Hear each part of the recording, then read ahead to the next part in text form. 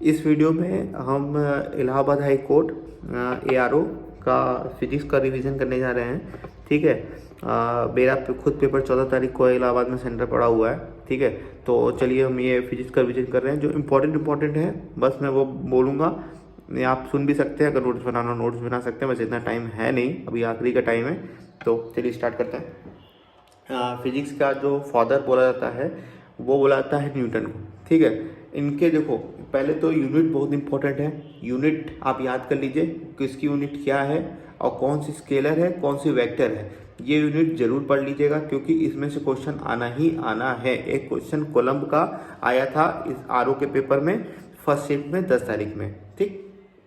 तो यूनिट जो होते हैं वो दो प्रकार के होते हैं। ठीक है। एक होता है फंडामेंटल यूनिट, एक होता है डिराइव्ड यूनिट। फंडामेंटल यूनिट जो मेन होते हैं, जैसे कि 7 फंडामेंटल यूनिट हैं।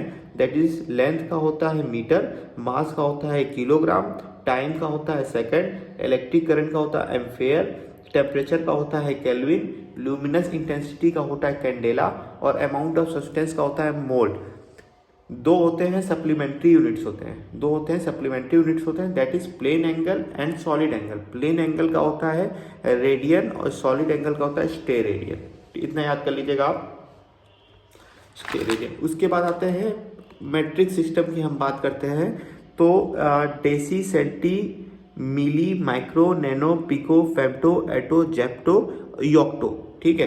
दैट इज 10 का पावर -1, 10 का पावर -2, 10 का पावर -3, उसके बाद -6, -9, -24 तक ही जाएगा। ठीक है। अगर हम पॉजिटिव की बात करते हैं, deca, hecto, kilo, mega, giga, tera, peta, exa. 10 का पावर 1, 10 का पावर 2, 10 का पावर 3, फिर 10 का पावर 6, 9, 12, 15, 18, 21, 24 तक ये भी जाएगा। अब आते हैं मोशन के बारे में हम बात करते हैं। Scalar quantities and vector quantities की बात करते हैं। तो स्केलर क्वांटिटीज का मतलब क्या होता है, जिसमें कोई डायरेक्शन ना हो, और वेक्टर क्वांटिटीज का मतलब क्या होता है, जिसमें डायरेक्शन इन्वॉल्व हो। जैसे कि डिस्टेंस, इसमें डायरेक्शन नहीं है तो ये स्केलर क्वांटिटी है। डिस्प्लेसमेंट, इसमें डायरेक्शन इन्वॉल्व है, ये वेक्टर क्वांटिटी। याद रखिएगा, जिसमें डायरेक्शन इन्वॉल्व होता है वो वेक्टर क्वांटिटी कहलाती है, और जो जिसमें नहीं होता है वो स्केलर क्वांटिटी कहलाती है। जैसे speed equal to distance upon time है, नॉर्मल है। ठीक है। और तो ये आपका स्केलर क्वांटिटी हो गया। वेलोसिटी की बात करें तो डिस्प्लेसमेंट अपॉन टाइम है, तो डिस्प्लेसमेंट आपका ऑलरेडी जो है वेक्टर क्वांटिटी है, तो वेलोसिटी भी आपका वेक्टर क्वांटिटी होगा। अब आते हैं एक्सीलरेशन की। एक्सीलरेशन क्या होता है, change in velocity per unit time. Velocity already vector quantity है, तो ये हो जाएगा आपका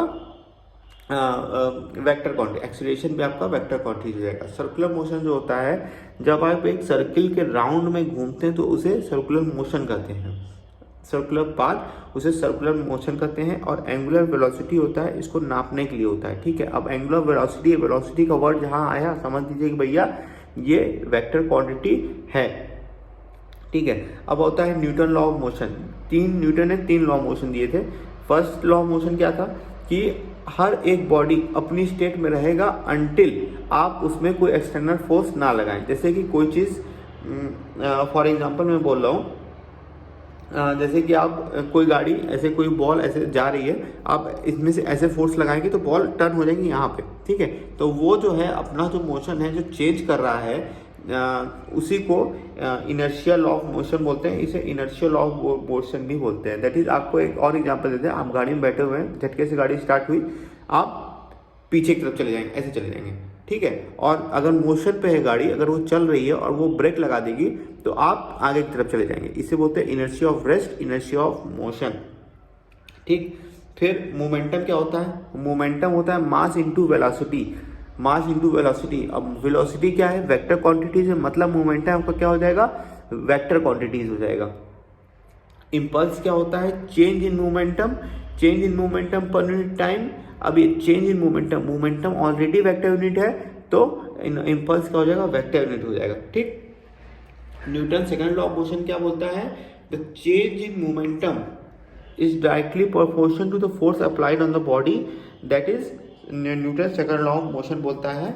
और चेंज इन मोमेंटम इम्पल्स को बोलते हैं। न्यूटन थर्ड लॉ बोलता है कि भैया to every action there is a equal and opposite reaction. Physics में इलाहाबाद हाई कोर्ट एआरओ में मोस्ट इम्पॉर्टेंट है, यूनिट है, स्केलर है, वेक्टर है, और जो टर्म्स यूज हो रहे हैं कि आप इसका मतलब क्या होता है। ठीक है, अभी जो वर्क आ रहे हैं मैं उसको बता रहा हूँ, क्योंकि एक डेफिनेशन भी पूछा था सरफेस टेंशन या विस्कोसिटी का कि भैया ये वर्ड है, इसका मतलब क्या होता है। ये सरफेस टेंशन होता है, विस्कोसिटी की क्या होता है। ठीक है, इम्पल्स, जब इम्पल्स का मतलब होता है जब एक बहुत ही लार्ज फोर्स जो है एक बॉडी पे बहुत छोटे टाइम के लिए लगती है, तो उसे बोलते हैं इम्पल्स, छोटा फोर्स। ठीक है, तो इसे इम्पल्स का होता है फोर्स इनटू टाइम। फोर्स क्या होता है, चेंज इन मोमेंटम होता है। ठीक है, that is force into time, that is change in momentum. अब भैया फोर्स इनटू टाइम है तो ये वेक्टर क्वांटिटी होता है, क्योंकि its direction in the direction of force. इसका जो न्यूटन सेकंड होता है। ठीक है, फोर्स इनटू दिस हो गया। फिर आता है सेंट्रीपिटल फोर्स। जब एक बॉडी सर्कुलर पाथ में घूमती है तो उसकी जो स्पीड होती है, अभी थोड़ी ना कि जो स्पीड है वो सेम स्पीड रहेगा, नहीं, स्पीड चेंज होती रहती है। तो उसके जो एक्सटर्नल फोर्स एक्ट करता है towards the centre of the path. ठीक है, जैसे कोई भी ऐसे घूम रहा है राउंड राउंड, उसके जो वेलोसिटी है यहाँ पे कुछ डिफर रहेगी, यहाँ कुछ डिफर रहेगी, यहाँ कुछ डिफर रहेगी। तो जो वेलोसिटी चेंज हो रही है उस पर एक एक्सटर्नल फोर्स काम करता है सेंट्रल ऑफ द सेंटर पे, उसे बोलते हैं सेंट्रीपिटल फोर्स बोलते हैं। ठीक है, सेंटर ऑफ ग्रेविटी बोलते हैं। सेंटर ऑफ ग्रेविटी की बात करें तो जब बॉडी, हर बॉडी की अलग सेंटर ऑफ ग्रेविटी है। अगर सेंटर ऑफ ग्रेविटी नहीं रहेगी तो आप कुछ खड़े भी नहीं हो पाएंगे, आप कुछ कर भी नहीं पाएंगे। ठीक है, तो सेंटर ऑफ ग्रेविटी जरूरी होता है। इक्विलिब्रियम की बात करें, जब आपका कोई भी फोर्स लगा रहे हैं, ठीक है, अगर आप कोई भी फोर्स लगा रहे हैं, अगर वो जीरो हो रहा है, उसका कोई भी रिएक्शन नहीं मिल रहा है, तो उसे बोलते हैं इक्विलिब्रियम बोलते हैं। ठीक है, a body is in equilibrium, it will be either at rest और इन यूनिफॉर्म मोशन।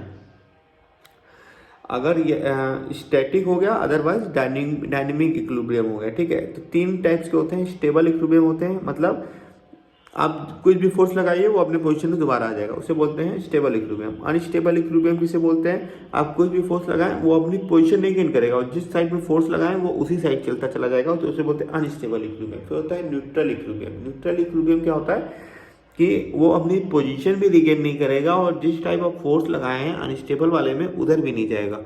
ठीक है, तो ये हो जाएगा न्यूट्रल इक्विलिब्रियम हो जाएगा। अब आता है वर्क, एनर्जी और पावर। वर्क और एनर्जी का दोनों का होता है जूल होता है। ठीक है, वर्क का भी जूल होता है, एनर्जी का भी जूल होता है, याद रखिएगा। और जो पावर होता है, पावर का वॉट होता है। ठीक है, और पावर का वॉट होता है, और 1 horse power equal to 746 watt होते हैं। मेनली फिजिक्स 4-5 क्वेश्चन आएंगे, और इतना पढ़ लेंगे, इतना इनफ है। जहाँ तक मुझे लग रहा है पैटर्न मैंने देखा है आरओ के एग्जाम में, और एआरओ का उससे थोड़ा सा नीचे ही लेवल का आएगा, तो इससे ज़्यादा तो मुझे नहीं लगता कि कुछ उम्मीद है।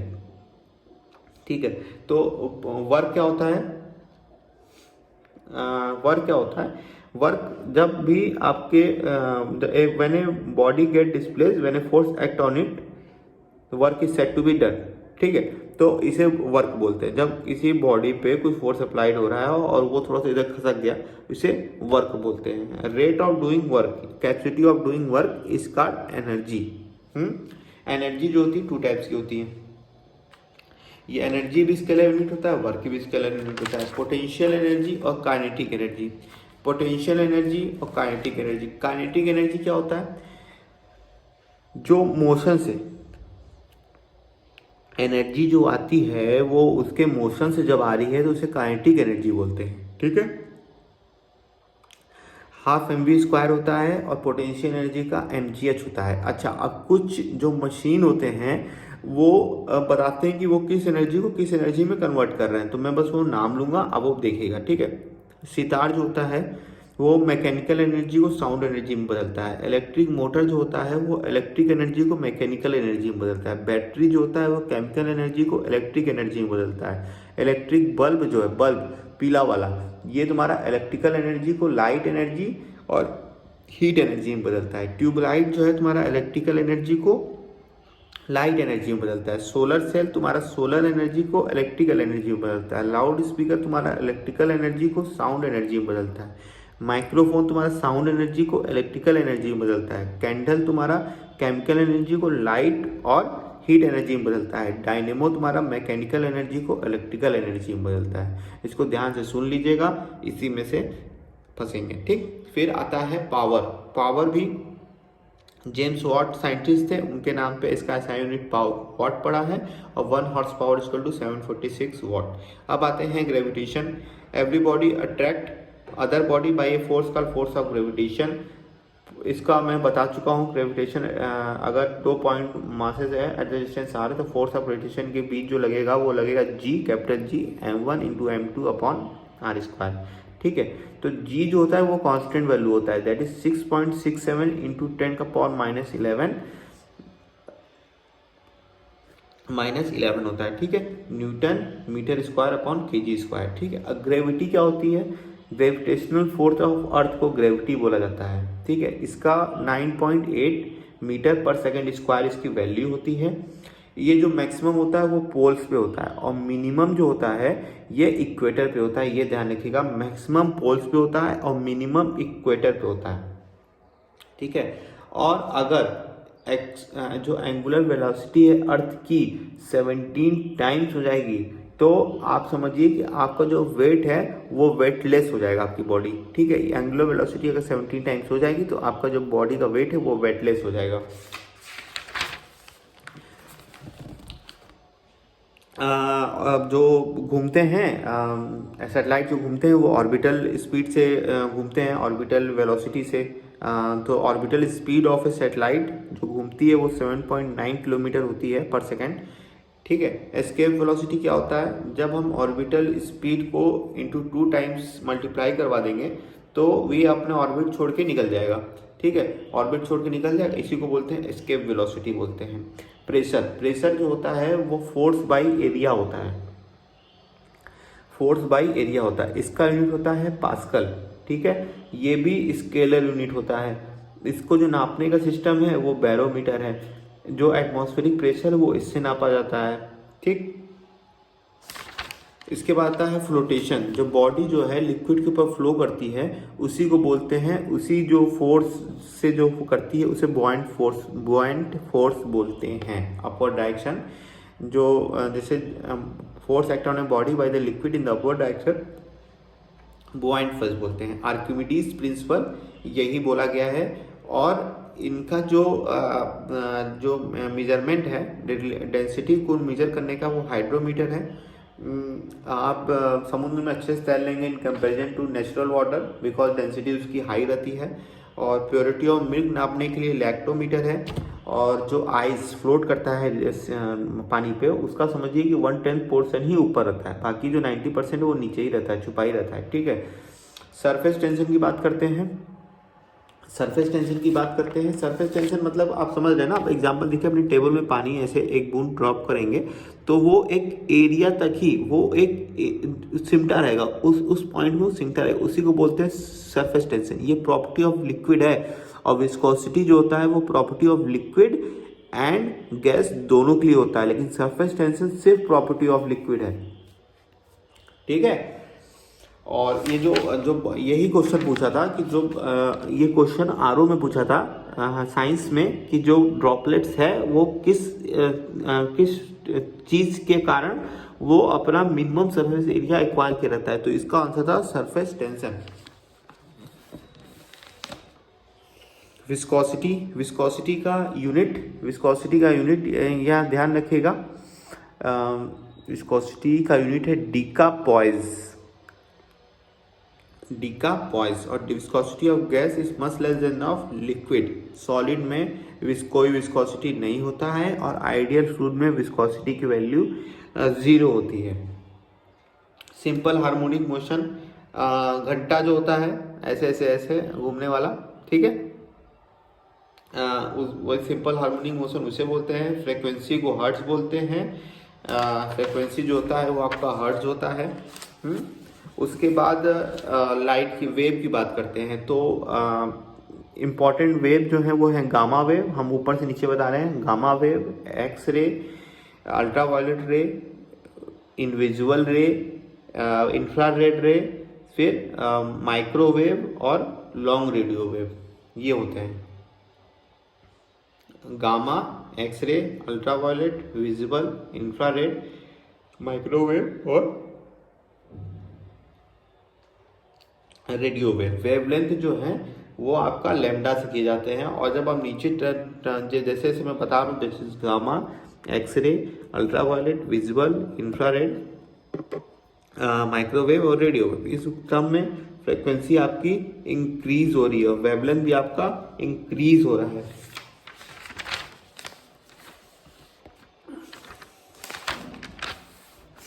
हीट की बात करते हैं। हीट का यूनिट है कैलोरी, ये भी आपका स्केलर यूनिट है,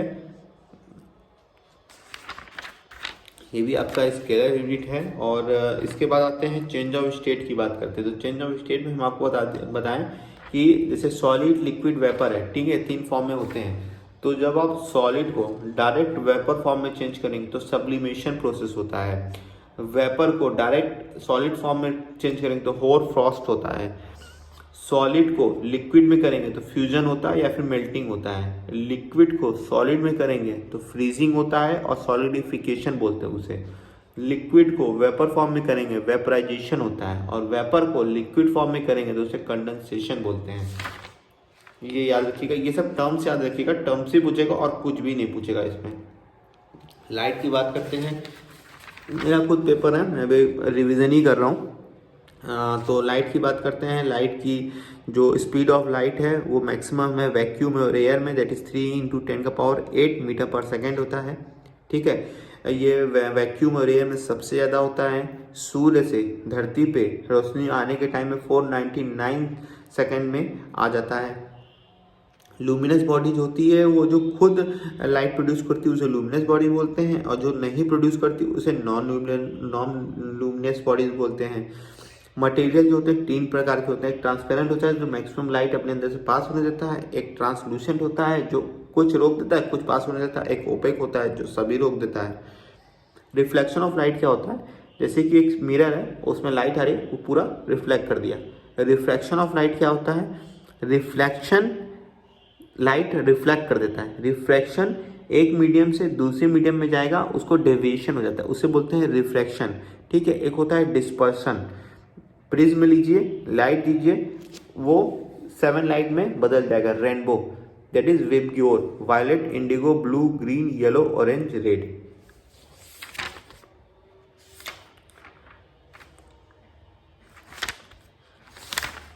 मिराज भी रिफ्रैक्शन में आता है।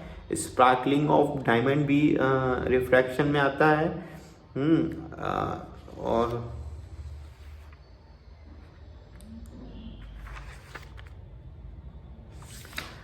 प्राइमरी कलर जो होते हैं, प्राइमरी कलर 3 होते हैं, ब्लू, ग्रीन, रेड, क्योंकि इनको मिलाओ तो वाइट बन जाते हैं। सेकेंडरी कलर सियान,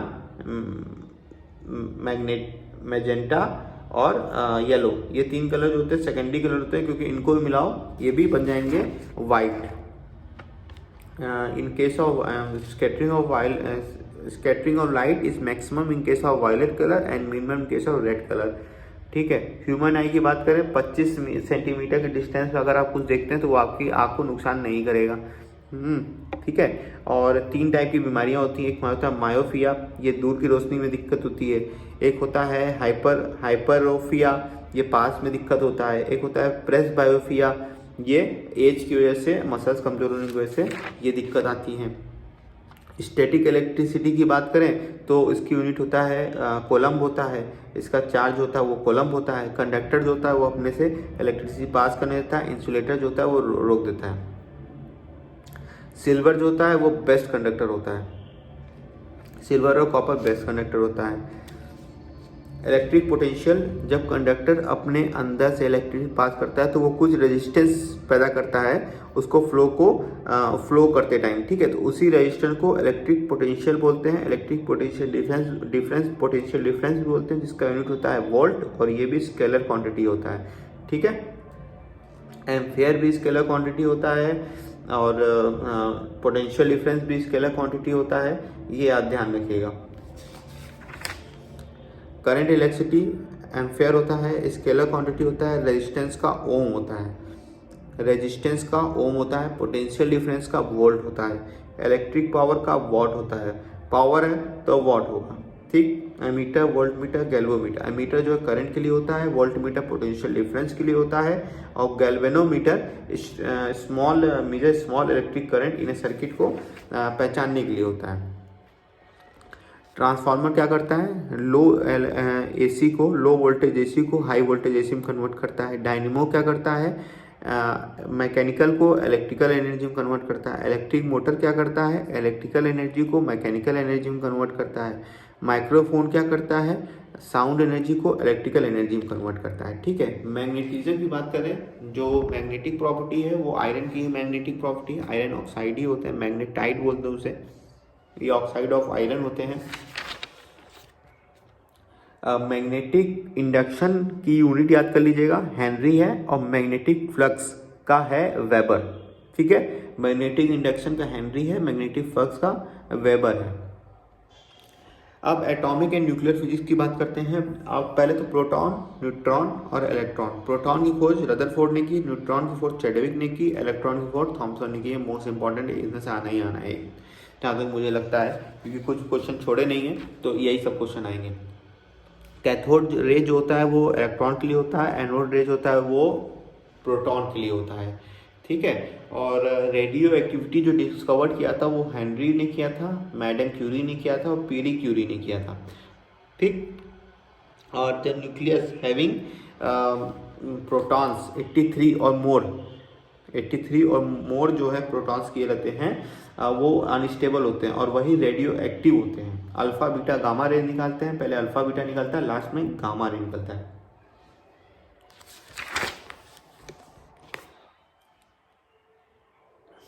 जब अल्फा पार्टिकल निकलता है तो इसका एटॉमिक नंबर डिक्रीज करता है 2 से, जब बीटा पार्टिकल निकलता है तो इसका एटॉमिक नंबर इंक्रीज करता है 1 से।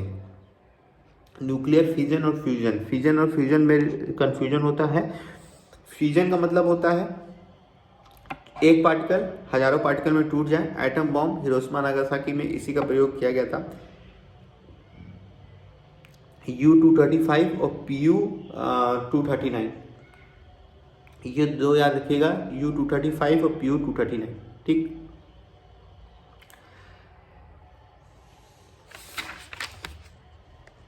हाँ, न्यूक्लियर फिजन क्या होता है, जब 2 और more nuclei combine together to form a heavier nucleus तो ट्रेमेंडस एनर्जी निकलती है, इसी को बोलते हैं न्यूक्लियर फिजन रिएक्शन। जब दो मिलके एक बड़े बनते हैं तो उसे न्यूक्लियर फ्यूजन बोलते हैं। और ये हाइड्रोजन बम जो है 1000 गुना ज़्यादा ताकतवर होता है एटम बम से, और ये सन में भी यही प्रोसेस चलता है। फिजिक्स में बस इतना ही है जितना मैंने अभी तक बोला है। एक चीज़ छूट गया है, एक होता है कॉन्वेक्स लेंस, एक होता है कॉनकेव लेंस। कॉन्वेक्स लेंस जो होता है कन्वर्जिंग होता है, और कॉनकेव जो होता है वो डाइवर्जिंग होता है, ठीक है। इतना बस पढ़ लीजिए। ये 25 मिनट का वीडियो है। 25 मिनट की वीडियो में अगर आप ढंग से भी सुन लेंगे और इतना ही सुन के चले जाएंगे, मुझे लगता है कि आप जो है फिजिक्स के पूरे मैक्सिमम क्वेश्चन अटेम्प्ट कर लेंगे। Thank you.